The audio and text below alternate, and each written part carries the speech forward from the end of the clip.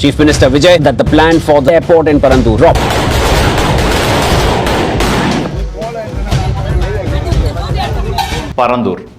பரந்தூர் விமான நிலையம் அமைக்கப்படுமா அமைக்கப்படாதா? நேத்து அதுக்கான ஒரு தீர்ப்பு வந்துருச்சு. எவ்வளோ கஷ்டத்தெல்லாம் அனுபவித்தோம். இப்போ இதை சொன்னது எங்களுக்கு ரொம்ப மகிழ்ச்சியாக இருக்குது. இந்த அறிவிப்புக்காக தான் நாங்கள் பல நாள் இயங்கி கிடந்தோம். வண்டி மாடு ஓட்டி எத்தனை சாம்பார் வீட்டு கட்டின வீட்டை விட்டுட்டு போனால் நான் எப்படி விட்டுட்டு போக முடியும்? பரந்தூர் விமான நிலையம் அப்படிங்கிறது கிட்டத்தட்ட 20,000 கோடி ரூபாய்க்கான ப்ராஜெக்ட் கைவிடப்படுகிறது. இதை தமிழ்நாடு அரசாங்கம், தாவேகாவினுடைய அரசாங்கம், முதல்வர் விஜய் அவர்கள் குறிப்பிடுகிறார். இப்படி குறிப்பிட்ட பிறகு சட்டமன்றத்தில் முழுவதுமாகவே அமளி துமளி தான். பரந்தூரில் புதிய விமானம் நிலையம் அமைக்க மேற்கொண்ட நடவடிக்கைகள் இந்த அரசால் கைவிடப்படும். இன்னைக்கு கூட சட்டமன்றத்தை நீங்க பார்த்துட்டு இருந்தீங்கன்னா பரந்தூர் விமான நிலையத்தில் 95% இடத்தை நாம கையகப்படுத்திட்டோம். இதுக்கு பிறகு தாவேகா அரசாங்கம் அதை கைவிட்டது என்றால் அந்த இடத்தை என்ன செய்வீர்கள் அப்படிங்கிற ஒரு கேள்வி வைக்கப்படுது. இப்போ அங்க கைவிட்டு விட்டீர்கள் சொன்னால் அந்த நிலங்களை என்ன செய்ய போகிறீர்கள்? ஒருவேளை இந்த விமான நிலையம் சென்னையில் அமைக்கப்படாவிட்டால் கண்டிப்பாக நமக்கு வரக்கூடிய இன்டர்னலாக வரக்கூடிய நிறைய ப்ராஜெக்ட்ஸ் ஆந்திராவுக்கு போயிடும் அப்படின்னு சொல்கிறாங்க. வளர்ச்சி அப்படிங்கிறது சென்னையில் மட்டுப்படுத்தப்படும், அதாவது தடுக்கப்படும். அதன் பிறகு வளர்ச்சியே இருக்காது 2028 2031 பிறகு அப்படின்னு சொல்கிறாங்க. ஆனால் இந்த திட்டத்தின் வாயிலாக வரவேண்டிய மிகப்பெரிய தொழில் வாய்ப்புகள் இன்றைக்கு மறுக்கப்பட்டிருக்கு. இல்ல, அதுக்கு முன்னாடியே நாங்க எங்க கிட்ட வேற ஒரு திட்டம் இருக்கு, அந்த திட்டத்தை செயல்படுத்துவோம் அப்படின்னு சொல்லி தாவேகா சொல்றாங்க. இதுல எந்தெந்த விஷயங்கள் மக்கள் அடிப்படையாக புரிந்து கொள்ள வேண்டுமோ அத்தனையும் இருக்கக்கூடிய ஒரு வீடியோவா இந்த ஒரு வீடியோ இருக்க போகுது. பரந்தூரில் விமான நிலையம் அமைக்கப்பட உள்ள பகுதியில் மழைநீர் தேங்கியுள்ளது. இதனால் அப்பகுதியே கடல் போல காட்சியளிக்கிறது. அன்பு தமிழ் நெஞ்சங்களுக்கு தமிழ் பொக்கிஷத்தின் வணக்கங்கள்.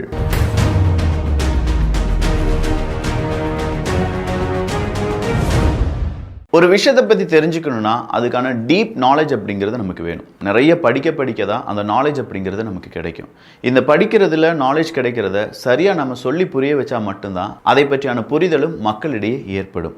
பரந்தூரை பற்றி நம்ம பேசும்போதும் நம்முடைய படிப்பு, நம்முடைய ஜாபை பற்றியும் பேசியாக வேண்டியதாக இருக்குது.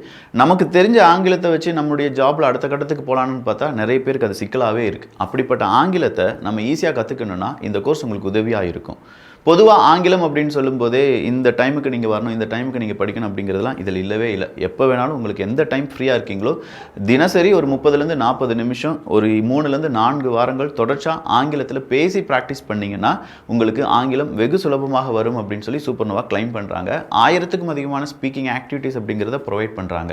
ஸோ இந்த ஸ்பீக்கிங் ஆக்டிவிட்டீஸை ஒரு ஏஐ டீச்சர் உங்களுக்கு 24 மணி நேரமும் அவைலபிளாக இருப்பாங்க. அவங்க கூட பேசி ஏதாவது தவறு இருக்கும் பட்சத்தில் அதை தமிழ்லேயே திருத்தி அதை எப்படி சரிப்படுத்தலாம் அப்படிங்கிறதையும் சொல்லி கொடுத்துருவாங்க. இது மட்டும் இல்லாமல் ஒரு ஹேபிட் மென்டார் அப்படிங்கிறவங்களையும் ப்ரொவைட் பண்ணுறாங்க. ஸோ வெறுமனே இங்கிலீஷ் பிடிஎஃப் இல்லாட்டி இங்கிலீஷ் படங்கள் இதெல்லாம் பார்த்து ஆங்கிலத்தை படிச்சலாம் அப்படின்னு சொல்கிற இந்த மாதிரி நம்பிக்கை இல்லாமல் பேசி ப்ராக்டிஸ் பண்ணி அதன் வழியாக உங்களுடைய இங்கிலீஷ் ஃப்ளூயன்சியை அதிகப்படுத்துவதற்கான லிங்க் கீழே இருக்குது. சூப்பர்னோவா பொறுத்த வரைக்கும் அப் டு 75% வரை டிஸ்கவுண்ட் கிடைப்பதற்கான வாய்ப்புகள் இருக்குது. வேணுங்கிறவங்க இதை பயன்படுத்திக்கோங்க. பொதுவாக ஒரு இன்ஃப்ராஸ்ட்ரக்சர் டெவலப்மெண்ட் அப்படின்னு சொல்லும்போது நிறைய மக்கள் பாதிப்படைந்து உருவாகக்கூடிய இன்ஃப்ராஸ்ட்ரக்சர் டெவலப்மெண்ட்டை விட குறைவான மக்கள் பாதிப்படைந்து உருவாகக்கூடிய இன்ஃப்ராஸ்ட்ரக்சர் டெவலப்மெண்ட் அப்படிங்கிறது தான் பெரிய அளவில் எதிர்ப்புகள் இல்லாததும் அதே நேரத்தில் அதீத மக்கள் பயன்படக்கூடிய வகையில் அந்த இன்ஃப்ராஸ்ட்ரக்சர் அப்படிங்கிறதும் இருக்க வேண்டும். இதில் குறைந்த மக்கள் பாதிக்கப்படுவாங்க அப்படிங்கிற ஒரு வார்த்தையை நான் சொன்னேன் பார்த்தீங்களா? எந்த ஒரு இன்ஃப்ராஸ்ட்ரக்சர் டெவலப்மெண்ட்டாக இருந்தாலும் சரி, இப்போ இருக்கக்கூடிய மக்கள் தொகையிலும் இப்போ இருக்கக்கூடிய சிட்டி சைடை ஒட்டியே நம்ம இதெல்லாமே செயல்படுத்துகிறோம் அப்படின்னா கண்டிப்பாக அங்கே ஒரு சில மனிதர்களாவது பாதிக்கப்படுவார்கள். அதுக்காக இன்ஃப்ராஸ்ட்ரக்சர் டெவலப்மெண்ட்டே நமக்கு வேணாம் அப்படின்னு சொல்லி நம்ம எடுத்துக்கிட்டோம்னா கண்டிப்பாக நம்முடைய நாடு, நம்முடைய ஸ்டேட், நம்முடைய ஊர் அடுத்த கட்ட டெவலப்மெண்ட் அப்படிங்கிறது நடக்காமையே நின்றுரும். ஸோ இதுதான் நம்ம முன்னுரை. டிபி ட்ரூப்ஸை பொறுத்த வரைக்கும் நாம டெவலப்மெண்ட்டுக்கு எதிரானவர்கள் கிடையாது. அதீத மக்கள் பாதிப்படைந்து அதனால் ஏற்படக்கூடிய சேதாரங்கள் இல்லாட்டி அதனால் ஏற்படக்கூடிய பாதிப்புகளை புறம் தள்ளிவிட்டு அடுத்த கட்டம் என்ன அப்படிங்கிறத பற்றி யோசிக்கணும். பட் பரந்தூர் விமான நிலையம் மக்கள் இங்கே பாதிக்கப்படுறாங்களா இல்லையா அப்படிங்கிறத விட இதில் இருக்கக்கூடிய அரசியலையும் நுண்ணரசியலையும் நாம் புரிந்து கொள்ள வேண்டும். பரந்தூர் விமான நிலையம், இந்த பரந்தூர் விமான நிலையம் அப்படின்னு சொல்லும்போது இது ஏன் அமைக்கப்பட போகிறது அப்படிங்கிறதுக்கான முதல் கேள்வி. சென்னையில் மீனம்பாக்கம் அப்படிங்கிற ஏரியாவில் ஒரு விமான நிலையம் இருக்குது. ஆண்டுக்கு கிட்டத்தட்ட 2.5 கோடியிலிருந்து 3.5 கோடி அப்படின்னு சொல்லக்கூடிய கணக்கில் அங்கே பயனாளிகள் வந்து சென்று போகிறார்கள். ஆனால் இது கிடையாது. 2028 2030 31க்குள்ள இது ஒரு பீக் ஸ்டேஜுக்கு வரும். ஏன்னா எல்லாமே டெவலப் ஆகிட்டே இருக்குது. ஈவன் சென்னைனா கூட அடுத்ததாக சென்னையிலேருந்து கொஞ்சம் தள்ளி அப்படின்னு சொல்லி பல மாவட்டங்களில் ஏகப்பட்ட டெவலப்மெண்ட்ஸ் அப்படிங்கிறது உருவாகிட்டே இருக்குது. அந்த டெவலப்மெண்ட் உருவாக தொழில் நிறுவனங்கள், தொழிற்சாலைகள் புதுசாக முளைக்கின்றன. அதுக்கு வரவு செலவுகள் இல்லாட்டி அதில் வரக்கூடிய பொருட்கள், அந்த பொருட்களை ஏற்றி செல்லக்கூடிய கனரக விமானங்கள், இது எல்லாமே வந்து இறங்க வேண்டும். அப்போ இது எல்லாமே அங்கே வந்து டெவலப்மெண்ட் ஆகும்போது 2028 2031 5.5 கோடி மனிதர்கள் இதுக்குள்ளே வருவாங்க அப்படின்னு சொல்கிறாங்க. இதை தமிழக வெற்றி கழகத்தை சார்ந்த முதல்வர் விஜய் அவர்கள் என்ன சொல்கிறாங்கன்னா, ஆண்டுக்கு 55 மில்லியன் மனிதர்களை கையாளக்கூடிய வகையில் டெர்மினல் 5 பயணிகள் முனையம் அமைக்கப்படும் அப்படின்னு சொல்கிறாங்க. இது மீனம்பாக்கத்தில் நடக்கும். அப்படி ஒரு டெவலப்மெண்ட்டை நாங்கள் எங்களுடைய சைடில் இருந்து இனிஷியேட் பண்ணுவோம் அப்படின்னு சொல்லியிருக்காங்க. இது சாத்தியமா இல்லையா அப்படிங்கிறதுக்கு முன்னாடி பரந்தூர் அப்படின்னு சொல்லக்கூடிய ஏரியா இல்லாட்டி அந்த விமான நிலையத்தை இவங்க எதிர்ப்பதற்கான காரணம் என்ன அப்படிங்கிறத பார்த்துடலாம். இவங்க எதிர்ப்பதற்கான காரணம், இந்த பரந்தூர் அப்படிங்கிற ஏரியா மட்டும்தான் இந்த 2வது விமான நிலையம் அமைக்கப்படுவதற்காக தேர்வு செய்யப்பட்ட இடமா அப்படின்னு கேட்டால் கண்டிப்பாக இல்லை. முன்னாள் முதலமைச்சர் ஜெயலலிதா அவர்கள் இறந்துடுறாங்க. இறந்ததுக்கு பிறகு எடப்பாடி பழனிசாமி அவர்களுடைய ஆட்சி காலத்தில் தான் இந்த 2வது விமான நிலையம் அப்படிங்கிறது அமைக்கப்பட வேண்டும். அதற்கான இடம் தேர்வு செய்யப்படுவது அப்படிங்கிறது ஏடிஎம்கே பீரியடில் நடக்குது.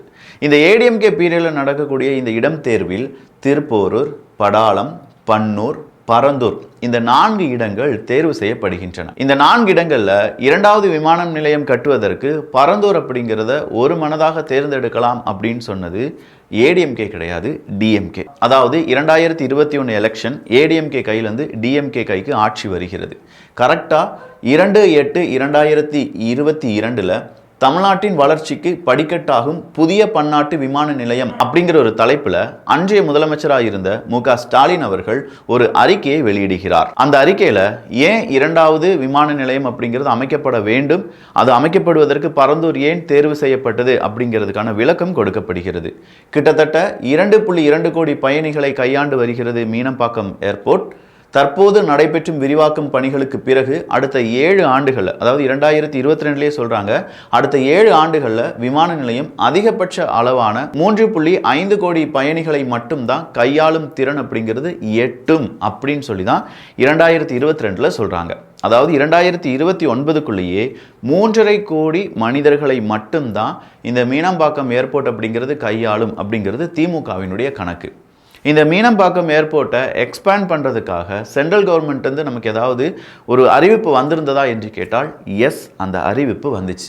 அதை சரியாக அவங்க செஞ்சுருந்தாங்கன்னா, ஒருவேளை 2022 அதை சரியாக செஞ்சுருந்தாங்கன்னா இப்போ தாவேக அரசாங்கம் சொல்கிற மாதிரி நம்முடைய இந்த ஏர்போர்ட், இப்போ இருக்கக்கூடிய இந்த மீனம்பாக்கம் ஏர்போர்ட் அப்படிங்கிறது 5.5 கோடி பயணிகளை கையாளும் திறன் படைத்திருக்கக்கூடிய ஒரு விமான நிலையமாக மாறி இருக்கும். வருஷத்திற்கு 55 மில்லியன் கெப்பாசிட்டி வந்து நம்ம கையாளக்கூடிய திறமை இப்போ இருக்கிற கரண்ட் ஏர்போர்ட்லேயே டெர்மினல் 3 டெர்மினல் 5 முடிச்சனா இருக்கும். இது எப்படி? ஆனால் மீனம்பாக்கத்தில் அதை ஏன் செய்ய முடியலன்னு சொல்லி திமுக சொல்கிறாங்கன்னா, அங்கே லேண்ட் அப்படிங்கிறத கையகப்படுத்தணும்ல. அந்த லேண்டு கையகப்படுத்துறதுக்கு நிறைய ரூபாய் செலவழிக்க வேண்டியதாக இருக்குது. ஏன்னா அது டவுன் ஏரியாவாக மாறிடுச்சு, வில்லேஜ் ஏரியா இல்லை. அதனால் அங்கே வந்து நம்ம நிறைய மனிதர்கள் இருக்காங்க, அவங்கள அப்புறப்படுத்தணும். அந்த லேண்டை வந்து அக்யூஸ் பண்ணுறதுக்கு நிறைய ரூபாய் செலவழிக்க வேண்டியதாக இருக்குது. அதனால் நாங்கள் அதை கிடப்பில் போட்டுட்டோம் அப்படின்னு சொல்கிறாங்க. தாவேகா அதை குற்றமாக சொல்கிறாங்க, நீங்கள் கிடப்பில் போட்டதே தப்பு. ஆனால் அதை எக்ஸ்பேன்ஷன் அன்னைக்கே பண்ணியிருந்திருக்கலாம். அதுக்கான சென்ட்ரல் கவர்மெண்ட் அதுக்கான அப்ரூவலும் கொடுத்தாங்க. என்ன நோக்கத்துக்காக நீங்கள் இதை வந்து ஸ்டாப் பண்ணி வச்சுருந்தீங்க? ஏன்னா அதை எக்ஸ்பேண்ட் பண்ணி இருந்துச்சுன்னா நமக்கு அடுத்த ஒரு 7 வருஷத்துக்கு பிறகு இன்னொரு ஏர்போர்ட் அப்படிங்கிறத பற்றி யோசிச்சிருந்துருக்கலாம். பரந்துரை நம்ம என்ன செஞ்சுருக்கலாம், இன்னொரு இடத்துக்கு மாற்றிருக்கலாம் அப்படின்னு சொல்லி இவங்க சொல்லி வராங்க.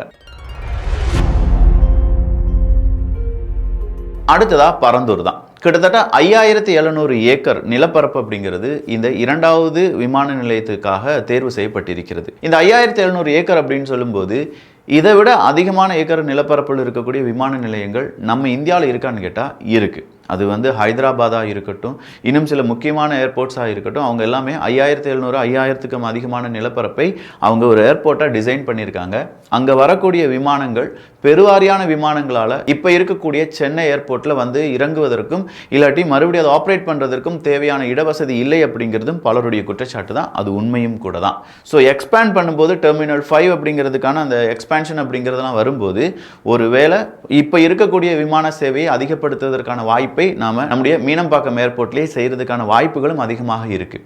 பட் இந்த 5 வருஷம் பரந்தூரை மட்டும் இவங்க கான்சன்ட்ரேட் பண்ணி மீனம்பாக்கம் ஏர்போர்ட் அப்படிங்கிறது இவங்க கான்சன்ட்ரேட் பண்ணாமல் கிடப்பில் போட்டுட்டாங்க அப்படிங்கிற முதல் குற்றச்சாட்டை இங்கே நம்ம பதிவு பண்ணுறோம். அப்படின்னா இந்த 2வது ஏர்போர்ட் அப்படிங்கிறது எத்தனை மனிதர்களை கையாளக்கூடிய திறன்? கிட்டத்தட்ட 10 கோடி மனிதர்கள்.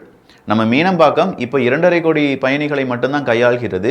புதிதாக கட்டப்பட வேண்டி இருந்த பரந்தூரில் இவங்களுடைய கணக்குப்படி, திமுகவினுடைய கணக்குப்படி அங்கே 10 கோடி பயணிகளை நம்ம என்ன செய்ய முடியும், கையாள முடியும் அப்படின்னும் 2 ஓடுதளங்கள், அதாவது ரன்வேஸ், விமான நிலைய முனையங்கள், டெர்மினல் பில்டிங்ஸ், இணைப்பு பாதைகள், டாக்ஸிவேஸ், விமானங்கள் நிறுத்துமிடம், ஆப்ரோன்ஸ், இது எல்லாத்தையுமே நம்ம தனித்தனியாக கட்டி அது கூடவே சரக்கு கையாளும் முனையம், விமான பராமரிப்பு வசதிகளுக்கு தேவையான உட்கட்டமைப்பு வசதிகள் அப்படின்னு சொல்கிறது எல்லாம் சேர்ந்து தான் ஒரு 20,000 கோடி ப்ராஜெக்ட் அப்படிங்கிறத இனிஷியேட் பண்ணுறாங்க. இதை தமிழ்நாடு அரசாங்கம் மட்டும் முன்னெடுத்தால் போதாது. இந்திய அரசாங்கத்தினுடைய ஏர்போர்ட் அத்தாரிட்டி ஆஃப் இந்தியா அவங்களுடைய அனுமதி வேணும். அவங்களுடைய அனுமதிக்காக இவங்க என்ன செய்கிறாங்க, கொஞ்சம் கொஞ்சமாக இடத்தை காண்பிக்க வேண்டியது தமிழ்நாட்டு அரசாங்கத்தினுடைய பொறுப்பு. இடம் காண்பித்த பிறகு அதுக்கான ஃபண்ட் ரிலீசிங், அதுக்கான ப்ராஜெக்ட் இனிஷியேஷன் அப்படிங்கிறதெல்லாம் சென்ட்ரல் கவர்மெண்ட்டுடைய பொறுப்பு. ஸோ எல்லாம் ரெடி ஆயிடுச்சு அப்படின்னா இதுக்கான ஃபீசிபிலிட்டி ஸ்டடி அப்படிங்கிறத செய்யணும். ஃபீசிபிலிட்டி ஸ்டடினா ஒரு ப்ராஜெக்ட் செய்கிறதுக்கு முன்னாடி அந்த இடத்தில் இந்த ப்ராஜெக்ட் செய்ய முடியுமா, அப்படி செய்ய முடியக்கூடிய ப்ராஜெக்டில் எவ்வளவு செலவுகள் உருவாகும், எந்த மாதிரியான நிலம் இருக்குது, அதன் நிலத்தை கையகப்படுத்துவதற்கு பிரச்சனைகள் வருமா, இது எல்லாத்தையுமே ஓவராலாக ஸ்டடி பண்ணி பார்க்கறது தான் ப்ரீ ஃபீசிபிலிட்டி ஸ்டடி அப்படின்னு சொல்லுவாங்க. இந்த ப்ரீ ஃபீசிபிலிட்டி ஸ்டடியில் டோட்டல் லேண்ட் நமக்கு தேவை எவ்வளோ அப்படின்னு சொல்லி குறிப்பிடுறாங்கன்னா 5369 ஏக்கர், அதாவது 2172.73 ஹெக்டர் நிலப்பரப்பு. மொத்தம் 4 கட்டங்களாகத்தான் இந்த ஏர்போர்ட்டை உருவாக்க திட்டம் போட்டிருந்தாங்க. தோராயமா இதுக்கு செலவாகக்கூடிய தொகை 29,143 கோடிகள். அதுல முதல் கட்டத்துக்கு மட்டுமே 13,854 கோடிகள் செலவாகும் அப்படின்னு சொல்லி எல்லா திட்டமும் ரெடி. சரி, அப்படின்னா இங்க ஏன் எதிர்ப்பு கிளம்பிச்சு அப்படின்னு கேட்டா, இந்த பரந்தூர் அப்படிங்கிற விமான நிலையத்தை பொறுத்த வரைக்கும் 5,300 இல்லாட்டி 5,700 அப்படின்னு சொல்லி கூட இந்த ஏக்கர் நிலப்பரப்பை எடுக்க வேண்டும் என்றால் அதுக்குள்ள 13 கிராமங்கள் இருக்கு. இந்த 13 கிராமங்கள் அப்படின்னு சொல்லும்போது இதுல இருக்கக்கூடிய மக்கள் பெரிய செல்வந்தர்கள்லாம் கிடையாது. அன்றாடம் அவங்க கிட்ட இருக்கக்கூடிய சின்ன சின்ன விவசாயிகள் 50 சென்ட், 90 சென்ட், 100 சென்ட், அதாவது 1 ஏக்கர் இல்லாட்டி 50 சென்ட் இப்படின்னு சொல்லி குட்டி குட்டி இடங்களாக வைத்து அதில் விவசாயத்தில் ஈடுபட்டு அதில் இருக்கக்கூடிய வருமானமும் 100 நாள் வேலை திட்டத்தில் இருக்கக்கூடிய அந்த வருமானத்தை வச்சு அவங்களுடைய வாழ்க்கையை நகர்த்தக்கூடிய விவசாயிகள். இதில் டோட்டலாக பரந்தூர், நெல்வாய், தண்டலம், மடப்புரம், நாகப்பட்டினம், மேலேரி, ஏகனாபுரம் உள்ளிட்ட கிராமங்கள் இருக்கக்கூடிய அத்தனை விவசாய நிலங்களை மட்டும் இல்லாமல் அங்கு இருக்கக்கூடிய குடியிருப்புகளையும் அகற்ற அரசு தீர்மானிக்கிறாங்க. கிட்டத்தட்ட 900-1000 நாள் அவங்களுடைய போராட்டம் அப்படிங்கிறது நடக்குது. ஏகனாபுரம் மக்கள் எல்லாமே ஒன்று கூடி போராட்டம் நடத்துறாங்க. 900வது நாட்களை கடந்து போராடி வந்த மக்களை 2025 ஜனவரி மாதம் 20ஆம் தேதி தாவேக தலைவர் விஜய் அவர்கள் சந்திக்கிறார். நாங்கள் ஆட்சிக்கு பொறுப்பேற்றால் பரந்தூர் விமான நிலையம் கட்டப்படாது அப்படின்னு சொல்லி அவர் வாக்குறுதி கொடுக்கிறார். அவங்க ஆட்சிக்கு வராங்க. 110 விதியின் கீழ் பரந்தூர் விமான நிலையம் கட்டுதலை நாங்கள் தடுக்கிறோம் அப்படின்னு சொல்ற உத்தரவை போடுகிறார். பரந்தூரில் புதிய விமானம் நிலையம் அமைக்க மேற்கொண்ட நடவடிக்கைகள் இந்த அரசால் கைவிடப்படும். இதற்கு தாவேக அரசாங்கம் சொல்லக்கூடிய சில காரணங்கள் இருக்கு. 2025 நவம்பர் மாதத்துல ஒரு பெரிய மழை அப்படிங்கிறது அந்த ஏரியாவில் பெய்யுது. அந்த மழை பெய்யும் போது 2025 மழையில் எந்த இடத்துல ரன்வே வரும் அப்படின்னு சொல்லி நம்ம டிக்ளேர் பண்ணியிருந்தோமோ, எந்த இடத்துல பரந்தூர் விமான நிலையம் முக்கியமான இடங்கள் வருகிறதோ அந்த இடங்கள் எல்லாமே தண்ணீரில் மிதக்கின்றன. அப்போ ஒரு விஷயம் நல்லா புரியுது, இது கொஞ்சம் தாழ்வான பகுதி அப்படிங்கிறது. இந்த தாழ்வான பகுதியை சமம் செய்வதற்காக நிறைய மண், நிறைய கற்கள் பயன்படுத்தி இதை சமம் செய்கிறாங்க. அதாவது இதனுடைய உயரத்தை அதிகப்படுத்த போகிறாங்க. இந்த உயரத்தை அதிகப்படுத்த போகிறாங்க அப்படின்னு சொல்கிறது இங்கே பெரும் பிரச்சனையாக இருக்கும் அப்படின்னு சொல்லி தாவேகா சார்பாக மட்டும் கிடையாது, நிறைய நபர்கள் அதை சொல்கிறாங்க. ஏன்னா கொச்சினில் இதே மாதிரி ஒரு ஏர்போர்ட் அப்படிங்கிறது செய்யப்படுகிறது. தாழ்வான இடமாக இருந்தது, கொஞ்சம் உயர்த்தப்படுகிறது. ஆனாலுமே அதை சுற்றி இருக்கக்கூடிய ஏரியாக்களில் மழை வரும்போது தண்ணீர் அப்படிங்கிறது சூழ்ந்து விடும். இப்படி சூழ்வதால் அந்த ஏர்போர்ட் அப்படிங்கிறது கிட்டத்தட்ட 15-16 நாள் இல்லாட்டி 20 நாள் மூடப்பட்ட நிலைமையிலேயே இருக்கும் அப்படின்னு சொல்லி அதுக்கான ப்ரூஃபை காண்பிக்கிறாங்க. சுமார் 5700 ஏக்கர் அப்படின்னு சொன்னேன், 2000 ஹெக்டர் நிலப்பரப்பு அப்படின்னு சொன்னேன் பார்த்தீங்களா. இதில் 576 ஹெக்டர் மொத்த நிலம், அவங்க கையகப்படுத்த வேண்டிய மொத்த நிலத்தினுடைய 1/4 பகுதி இது நீர்நிலைகளாக பதிவாகி இருக்கிறது. 1/4 பகுதி நீர்நிலைகள் தான். பரந்துரை இந்த விமான நிலையம் அவங்க போட்டிருக்கக்கூடிய அந்த ஃபீசிபிலிட்டி ஸ்டடி ரிப்போர்ட்டில் 5706 ஹெக்டர் நிலப்பரப்பு நீர்நிலைகளாகவும் 1031 ஹெக்டர் பாசன விவசாய நிலம், 1031 ஹெக்டர். அடுத்ததான் 355 ஹெக்டர் வறண்ட விவசாய நிலம். அதையும் வறண்ட பூமியா அவங்க சொல்லல, வறண்ட விவசாய நிலம் அப்படின்னு சொல்றாங்க. கட்டிடங்கள் இருந்த பகுதி சுமார் 7 ஹெக்டர். வெறும் 7 ஹெக்டர் மட்டும்தான் கட்டிடங்கள் நிறைந்த பகுதி. மீதம் இருக்கும் எல்லாமே விவசாயமும் வறண்ட விவசாய நிலமும் அதன் பிறகு நீர்நிலைகளும் தான். மிகவும் அதுல நிறைய வாட்டர் பாடிஸ் இருக்கு. அதனாலதான் இந்த திட்டம் 5 ஆண்டுகளாக, அதாவது அதிமுக காலத்தில் ஆரம்பிக்கப்பட்டாலும் 5 ஆண்டுகளாக எந்தவித நகரும் இல்லாமல் இருந்ததுக்கு முக்கிய காரணம் பெரும்பாலும் நீர்நிலைகள், விவசாய நிலங்கள், 3 போகம் விளையக்கூடிய நிலங்கள். அப்படின்னா இந்த இடத்துல நீர்நிலைகள் அப்படின்னு சொல்லும்போது ஏரி, குளம், குட்டை அப்படின்னு சொல்லி 300க்கும் அதிகமான இடங்களை நம்மால் பார்க்க முடியும் சொல்றாங்க. நெல்வாய் ஏரி, ஏகானபுரம் ஏரி, கடப்பன் தாங்கல், அக்கமாபுரம் குளம், மகாதேவமங்கலம் தாங்கல் உள்ளிட்ட நீர்நிலைகள் இந்த திட்டத்தால் நேரடியாகவோ மறைமுகமாகவோ பாதிக்கப்படும். இங்க ஒரு தாங்கல் அப்படின்னு சொன்னேன் பார்த்தீங்களா, இந்த வேடந்தாங்கலாம் நீங்க கேள்விப்பட்டிருப்பீங்கல்ல. அதாவது வெளிநாட்டு பறவைகள் வந்து தங்கி கொஞ்ச நாள் இளைப்பாரி விட்டு அது வேற இடத்துக்கு போயிடும். அப்போ இந்த மாதிரி வெளிநாட்டு பறவைகள்லாம் இங்கே வர்றதுனால தான் நிறைய இடத்துல நம்முடைய இந்த சூழ்நிலை அப்படிங்கிறது சமச்சீராகிறது. ஸோ இந்த பரந்தூர் அப்படிங்கிறது பறவைகளுக்கான அந்த வேடந்தாங்கலுக்கெல்லாம் வரக்கூடிய ஒரு வழி. அந்த வழியை நம்ம விமான சேவைக்காக மாற்றும் போது இந்த பறவைகளும் சேர்ந்து இதனால் பாதிக்கப்படும் அப்படின்னு சொல்லி இயற்கை ஆர்வலர்கள் எல்லாருமே சொல்கிறாங்க. அதே மாதிரி இந்த தாங்கல் ஏரியா இங்கேயும் ஒன்று இருக்குது. அதை தான் நம்ம என்ன சொல்கிறோன்னா மகாதேவமங்கலம் தாங்கல் அப்படின்னு சொல்லுவாங்க. ஸோ இந்த இடத்துல என்ஜினியரிங் அப்படிங்கிறது பெருசாக கேமை ப்ளே பண்ண போகுது அப்படிங்கிறது நமக்கு நல்லா தெரியுது. ஏன்னா ஹைட்டை இன்க்ரீஸ் பண்ணணும், நிறைய நீர்நிலைகள் இருக்குது, அந்த நீர்நிலைகளால் ஏற்படக்கூடிய பாதிப்புகள் அங்கே அறவே வரக்கூடாது. இதுக்கு என்ன செய்யலாம் அப்படின்னு சொல்லி வரும்போது தான் இங்கே என்ஜினியரிங் மிட்டிகேஷன் திட்டங்கள் அப்படிங்கிறது கொண்டு வரப்படுகிறது. அதாவது நீர்நிலைகளை ஆழப்படுத்துவது, மழைநீர் வடிகால்களை மாற்றுவது, நெல்வாய் ஏரியை விமான நிலையத்தின் மழைநீர் சேகரிப்பு அமைப்பாக பயன்படுத்துவது அப்படின்னு சொல்ற என்ஜினியரிங் மிட்டிகேஷன் திட்டங்கள் முன்வைக்கப்படுகின்றன. ஸோ ஒரு நீரியல் அமைப்பு கொண்ட ஒரு இடத்தை சரி செய்துவிட்டு அதனால் ஏற்படக்கூடிய வெள்ளத்தை, அதனால நிறைய வெள்ள அபாயங்கள் இருக்கு, ஏன்னா நீர்நிலைகள் தானே இருக்கு, அந்த வெள்ளத்தை என்ஜினியரிங் பொறியியல் மூலமாக கட்டுப்படுத்த முயற்சிப்பது தான் இந்த பரந்தூர் விமான நிலையத்தினுடைய சோஃபார் ஒரு குட்டி ப்ராஜெக்டினுடைய திட்டம். இது சரி வருமா? அந்த இயற்கை நீர்நிலை ஏரியாக்கள் அதை கட்டுப்படுத்தி அதில் வரக்கூடிய வெள்ளப்பெருக்கத்தை நம்ம இந்த என்ஜினியரிங் மிட்டிகேஷன் வழியாக சரிப்படுத்த முடியுமான்னு கேட்டால் அங்கே சிக்கல் வரும். சென்னை சுற்றி இருக்கக்கூடிய பல ஏரியாக்களில் இதனால் வெள்ள அபாயங்கள் வரும். நிறைய இடத்துல தண்ணீர் மீண்டும் தேங்கும். எந்த இடத்துலலாம் தண்ணீர் தேங்காமல் இருந்துச்சோ அந்த இடத்துலையும் தண்ணீர் தேங்கும் அப்படிங்கிற பல குரல்கள் வரும்போது விவசாயிகளும் அவங்களுடைய எதிர்ப்பை பதிவு செய்வது இந்த பரந்தூர் விமான நிலையத்துக்கு பெரும் சிக்கலாக மாறுது. இதெல்லாமே விவசாயம், அதை சார்ந்து இருக்கக்கூடிய பிரச்சனைகள் அப்படிங்கிறது தான். இப்போ அரசியல் பிரச்சனைக்கு வரலாம். இந்த அரசாங்கம், அது ஏடிஎம்கே பீரியடும் சரி டிஎம்கே பீரியட்லையும் சரி, பரந்தூர் விமான நிலையம் வரப்போகிறது அப்படிங்கிறது கொஞ்சம் நாட்களுக்கு முன்னாடியே, அதாவது நியூஸில் வர்றதுக்கு முன்னாடியே சில செல்வந்தர்களுக்கும் சில நிறுவனங்களுக்கும் தெரிந்து விடுகிறது அப்படின்னு நிறைய பேர் சொல்றாங்க. அதனால அவங்க ஏக்கர் கணக்கில் நிலத்தை வாங்கி போட்டுட்டாங்க. மாபியா கும்பல் அங்க ரியல் எஸ்டேட் 5 ஆண்டுகளுக்கு முன்னாலே விமான நிலையம் வருகிறது என்ற அடிப்படையிலே அனைவரும் தெரிந்து முன்னாள் ஆளுங்கட்சி திராவிட முன்னேற்ற கழகத்தை சார்ந்தவர்கள் அங்கே இன்வெஸ்ட்மெண்ட் செய்து விட்டார்கள், கோடிக்கணக்கான முதலீடுகள். இப்படி வாங்கி போட்டதுன்னா அங்க பெரிய அளவில் ரியல் எஸ்டேட் மாஃபியாக்கள் விளையாட தொடங்கிவிட்டது. இந்த ரியல் எஸ்டேட் மாஃபியாக்கள் இதை ஏன் வாங்கி போடுறாங்கன்னா, இது 1000 கோடி போகும், 2000 கோடி போகும், நீ இந்த இத்தனை ஏக்கர் வாங்கி போட்டுற அப்படின்னு சொல்லி ஆயிரக்கணக்கான கோடியில இங்க ரியல் எஸ்டேட் மாஃபியா நடந்திருக்கு. போட்டுவிட்டு அது 3 மடங்காகும் 4 மடங்காகும் நம்ம பரட்டி கொண்டு வாரி வந்து விடலாம் என்று எதிர்பார்த்தார்கள். ஆனால் தமிழகத்தின் முதலமைச்சர் இந்த திட்டத்தை ரத்து செய்தார், அவர்கள் கனவை பொடியாக்கினார். அதனால் தான் அவர்கள் தவிக்கிறார்கள்.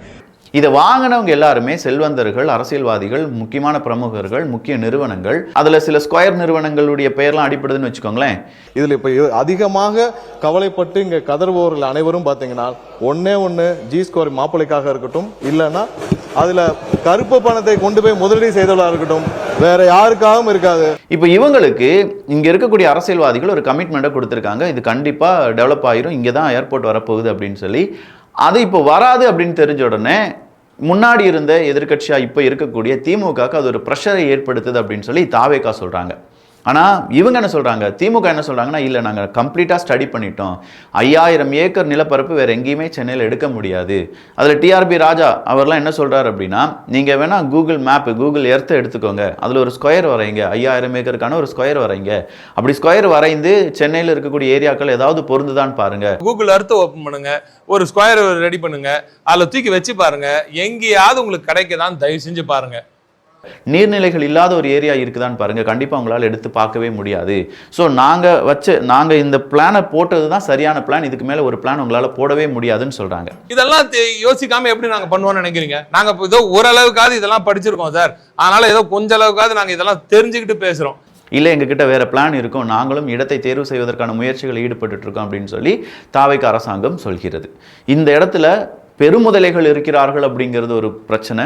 விவசாயிகள் பாதிக்கப்படுவதால் பரந்தூர் விமான நிலையம் தடுக்கப்பட வேண்டும் அப்படின்னு சொல்லி தாவேகா சொல்றது, இதை எப்படி ஏற்றுக்கொள்வது அப்படிங்கிறது திமுகவினுடைய கேள்வியாக இருக்கு.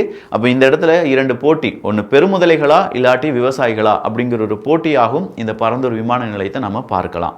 இந்த பரந்தூர் விமான நிலையம் அப்படிங்கிறது கட்டி முடிக்கப்படாவிட்டால் அடுத்ததாக என்ன நடக்கும்? நான் சொன்ன மாதிரி மீனம்பாக்கம் ஏர்போர்ட்டை நம்ம உடனடியாக எக்ஸ்பேண்ட் பண்ணுறதுக்கான முயற்சிகளில் ஈடுபடணும். அப்படி இல்லைன்னா நம்முடைய ஏற்றுமதி இறக்குமதி பாதிக்கப்படுமா? இந்த கேள்விக்கு இன்றைய தொழில்துறை அமைச்சரான கீர்த்தனா அவர்கள் பதில் சொல்கிறாங்க. இவ்வளோ நாள் நம்ம எலக்ட்ரானிக்ஸ் எல்லாமே ஏற்றுமதி பண்ணிட்டு இருக்கோம், அது என்ன பரந்தூர் விமான நிலையத்தை நம்பியா ஏற்றுமதி பண்ணிட்டு இருக்கோம்? 48-49% அப்படிங்கிறது. அப்போ 49% எலக்ட்ரானிக் எக்ஸ்போர்ட் வந்து இன்னைக்கு பரந்தூர் ஏர்போர்ட்டை நம்பி தான் இன்னைக்கு போய்கிட்டு இருக்கா. 41% எலக்ட்ரானிக்ஸ் எக்ஸ்போர்ட் இன்னைக்கு போர்ட் மூலமாகவும் ஏர் கார்கோ மூலமாகவும் சென்னை ஏர்போர்ட் மூலமாக தான் அனுப்பிச்சிட்டு இருக்கோம். கண்டிப்பாக நம்மளால் இதை இன்னும் கொஞ்சம் இன்க்ரீஸ் பண்ண முடியும், நம்முடைய மீனாம்பாக்கம் ஏர்போர்ட் அப்படிங்கிறத நம்ம டெவலப் பண்ணிட்டா அப்படின்னு சொல்லி சொல்கிறாங்க. உடனடி சாத்தியமா? அடுத்ததாக ஒரு இடத்தை கண்டுபிடிக்கிறதுக்கு நான் சொன்னது 2021க்கு முன்னாடியே ஏடிஎம்கே பீரியட்லேயே இது என்ன ஆயிடுச்சு, இந்த ஏர்போர்ட்டுக்கு தேவையான தேவைகள் இடங்கள் அப்படிங்கிறதெல்லாம் தேர்வு செஞ்சாங்க. கிட்டத்தட்ட 8-9 வருடங்களாக இந்த தேர்வு மட்டுமே நடந்திருக்கு. அப்போ எகெயின் ஒரு 7-8 வருடங்கள் இடம் தேர்வு மட்டுமே நடக்குமா? அதுக்கான ப்ரொசீஜர்லாம் செஞ்சு முடிச்சு வர்றதுக்கே அடுத்த ஒரு 5-6 வருஷம் முடிஞ்சிடும். மறுபடியும் அப்ரூவல், அதுக்கான டெவலப்மெண்ட், அதுக்கான கன்ஸ்ட்ரக்ஷன், இதுக்கு ஒரு 7-8 வருடம் இல்லாட்டி ஒரு 10 வருஷம் ஆகுதுன்னா 15 வருஷம் நம்ம லேக் ஆயிருமே. இந்த 15 வருஷத்துக்குள்ள நமக்கு வர வேண்டிய நிறுவனங்கள், தொழில்துறை வளர்ச்சி இதெல்லாமே பாதிக்கப்படுமே அப்படிங்கிற ஒரு வேலிடான கேள்வியும் கேட்டுட்டு இருக்காங்க. ஸோ இதுக்கான பதில் அப்படிங்கிறத சீக்கிரமாக தாவேக அரசாங்கம் கொடுக்கும் அப்படின்னு சொல்லி எதிர்பார்க்கலாம். இல்லை இந்த பதில் கிடையாதுப்பா, பரந்தூர் அப்படிங்கிறது நம்ம பார்த்துட்டோம், அது நீர்நிலை நிறைந்த பகுதி, அதனால் அதை தடுத்துட்டாங்க அப்படிங்கிறது so far good. But development அப்படிங்கிறத பற்றி பார்க்கும்போது இந்த இடத்துல புதிய ஏர்போர்ட் எங்கே வரப்போகிறது, அதுக்கான முயற்சிகளில் இப்போ இருக்கக்கூடிய அரசாங்கம் எந்த அளவுக்கு நுட்பமாக இடத்தை தேர்வு செய்ய போகிறார்கள் அப்படிங்கிறது ஒரு கேள்வி மட்டும்தான். தொழில்நுட்ப ரீதியான சாத்தியக்கூறுகளை சம்பந்தப்பட்ட துறைகள் மூலம் விரிவான ஆய்வு மேற்கொண்டு புதிய விமான நிலையத்திற்கான இடம் விரைவில் இறுதி செய்யப்படும். ஸோ பரந்தூரை பொறுத்த வரைக்கும் என்ன நடந்திருக்கு, அது எப்படி நடந்துச்சு, இப்போ எதிர்ப்புகள் என்ன, விவசாயிகள் வெர்சஸ் கார்ப்பரேட், அதன் பின்னணியில் இருக்கக்கூடிய அரசியல் பிரச்சனைகள் எல்லாத்தையுமே தெளிவாக இதில் பார்த்துருப்போம் நம்புகிறோம். இன்னும் நிறைய விஷயங்கள் தெரிந்து கொள்ளலாம் புது அப்டேட் வரும்போது. நல்லதை பகிர்ந்து இந்த வீடியோவை நீங்கள் ஷேர் பண்ணுவீங்கன்னு நம்புகிறேன். நல்லதை பகிர்ந்து நல்ல சமுதாயத்தை உருவாக்குவோம். நான் முதலே சொன்ன மாதிரி சூப்பர்னோவா கோர்ஸில் ஜாயின் பண்ணுறதுக்கான லிங்க் கீழே இருக்குது. அப் டு 75% டிஸ்கவுண்ட் கிடைக்க வாய்ப்புகள் இருக்குது. வேணுங்கிறவங்க இந்த ஆப்பர்ச்சுனிட்டியை பயன்படுத்திக்கோங்க. நன்றி, வணக்கம்.